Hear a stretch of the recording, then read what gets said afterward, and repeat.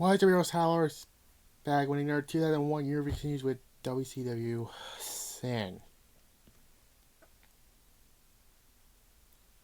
Yeah. January 14th at the Casino Fieldhouse in Indianapolis, Indiana.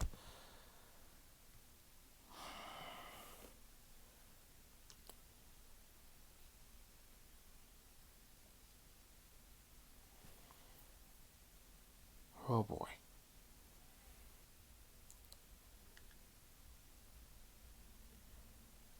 Boy, if WCW New Blood Rising didn't call a terrible show, I'd say this might be one of the worst. It's not New Blood Rising bad, but it's bad.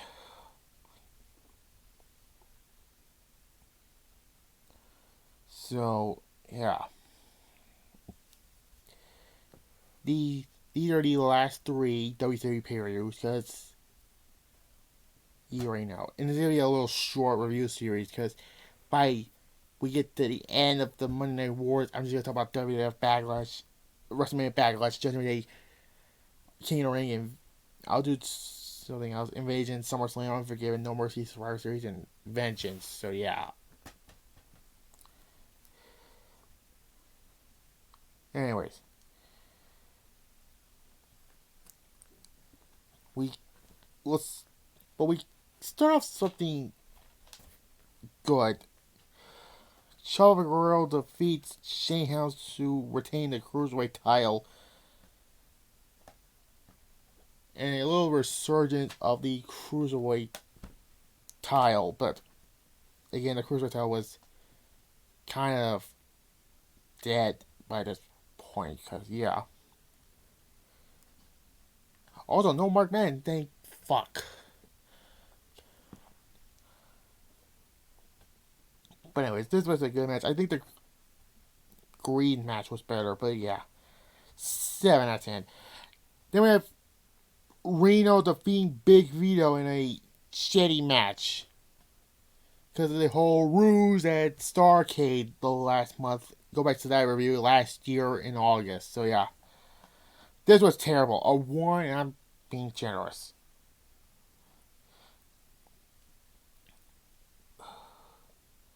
Next up, the Young Dragons defeats Evan Courageous and Jamie Noble. There was a typo in the the graphic thing. It said Evan Noble and Jamie Courageous, which is a botch. So yeah.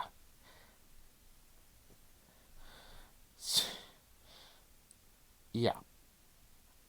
It is a match. It isn't a fucking roll up, but it's okay. A 6. Anyways, Ernest the Cat Miller defeats Mike Sanders. This is for the commissionership for WCW. Okay. Through the majority of 2000, you have a bunch of fucking commissioners. Kevin Nash, Terry Funk, Kevin Nash, Ernest Miller, fucking Mike's. Who the fuck's in charge around here? And the back to Ernest Miller, they want to talk about Super Bowl Revenge. I think Lance Storm was the commissioner when I talk about Super Bowl Revenge. Not Super Bowl 11, it's Super Bowl Revenge. Ernest Miller wins. Cry turns face. Yeah. A 3 out of 10. Anyways, we have Team Canada. One of them is from Canada, by the way. That's Elix Skipper, Lance Storm, and Mike Awesome defeats the Filthy Animals of Billy Kidman, Conan, and Rey Mysterio. And by the way, Jim Duggan is the special referee, and it is a penalty box match, which, well, you can't be a bad guy. But that's the problem. Jim Duggan is throwing the entire TK team in the fucking penalty boxes. For what reason? I mean, this ain't fucking hockey. The rules of this sucked. The match was okay. I give it a 6.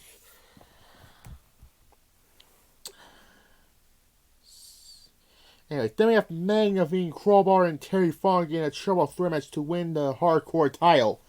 You know, Manning stole the hardcore title like before this pay-per-view, but yeah, Manning is actually the last hardcore champion because by the Royal Rumble, he came back to the WF in the Royal Rumble as a surprise. Oh, spoiler. Oh, yeah, this match was pretty hilarious, but yeah.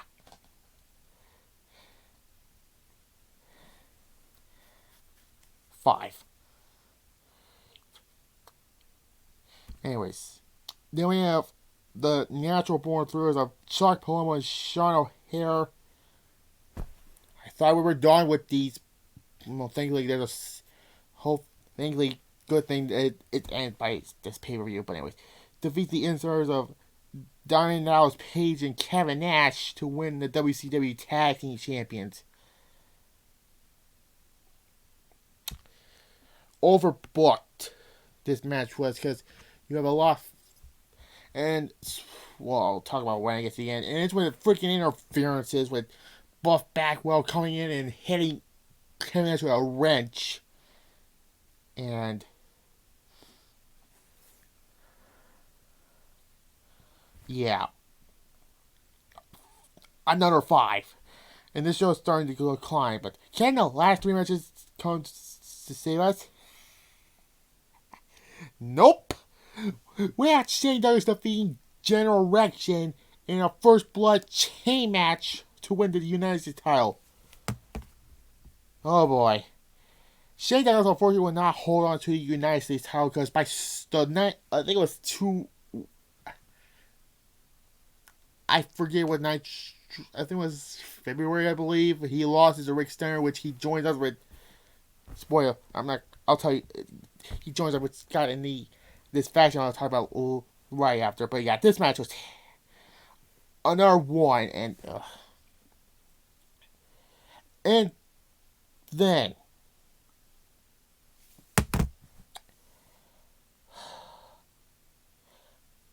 WCW tried to replicate what happened at Starrcade 98 with this tag team match, which is Lex Luger and Buff Bagwell, totally buff. Yeah. Defeats Goldberg and the Sarge, aka Dwayne Bruce. If you ever played WCW Mayhem and Backstage Assault, yeah, he was in that game.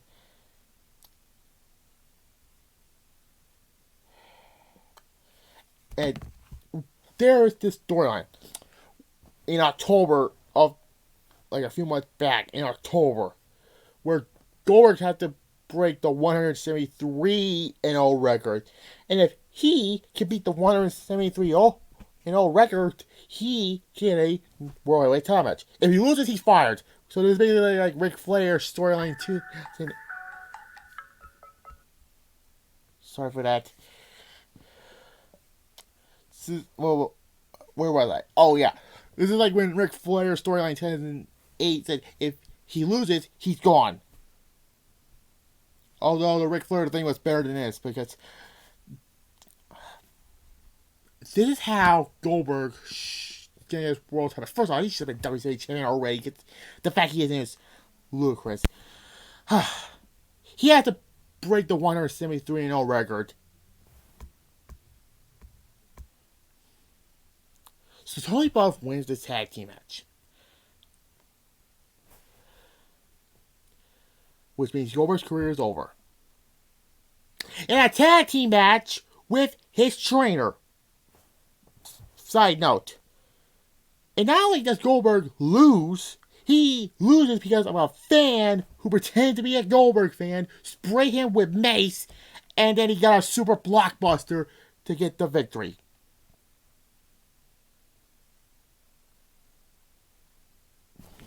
That is the fucking retarded thing. I thought the scratch at the Starrcade match is worse than this. And for that, this gets a -6 out of 10. That is like, imagine John Cena going to teaming up with his father to take on AJ Styles and Roman Reigns. And then some guy comes out and attacks just his dad and worry about it then, and then all of a sudden gets beaten and then he loses. That's exactly what that will be like. You're not seeing Cena lose a tag team match with his dad, and that'll be his final match. That is a lot of bullshit. He loses a tag team match with his trainer, and then he got by being made by a fucking fake fan. A -6 out of 10, and that might be worse than him getting zapped with a taser gun. Fuck that. And then finally the main event, Scott Steiner defeats Jeff Jarrett, Sid Vicious, and a mystery partner who ended up being Road Warrior Animal. And a shit 4 corners match to retain the WCW title. And this is the infamous match where Sid's leg got snapped in half. And unfortunately it was cut from this pay-per-view because they had to show the big reveal, whatever. And out comes the animal. He can't move. Sid cannot move one bit. He has to play in this finish. He has to play part of this finish. And so Animal comes in there, he axe handles Sid, and Scott Steiner keeps hitting him in the face, and Scott Steiner gets a pin on him. This match is over, and Sid cannot get up. He's hurt real bad, and that's the last thing you see on the period. Sid Vicious' leg is snapped. This is a -4 out of 10. Now, the first part, the match wasn't that great.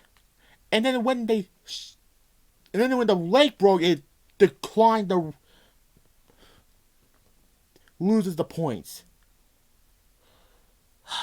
And then the next night, Ric Flair turns heel as another I thought we were done with this. I thought we were done with Ric Flair being a crooked authority figure. No, he forms the Magnificent Seven. One of the worst stables ever in WCW. If I were taking out Dave Arquette as WCW champion, go back to 2 years ago, my top 10 reasons why WCW became their own worst enemy, I should have taken off the Dave Arquette world title win and replaced it with the Magnificent Seven, because that was the dumbest group ever. So this show gets a 1.5 out of 10. Because those last 2 matches, I almost want to give it a 2.5, but this has a 1.5 out of 10. It's right up there with Uncensored 2000 as being terrible. At least there's 2 more to go. So next up, the Royal Rumble, where King broke the record, set the elimination record, and Super Brawl Revenge. How can WCW recover from this terrible pay-per-view? See you later. And sorry for those 2 interruptions, so yeah, bye.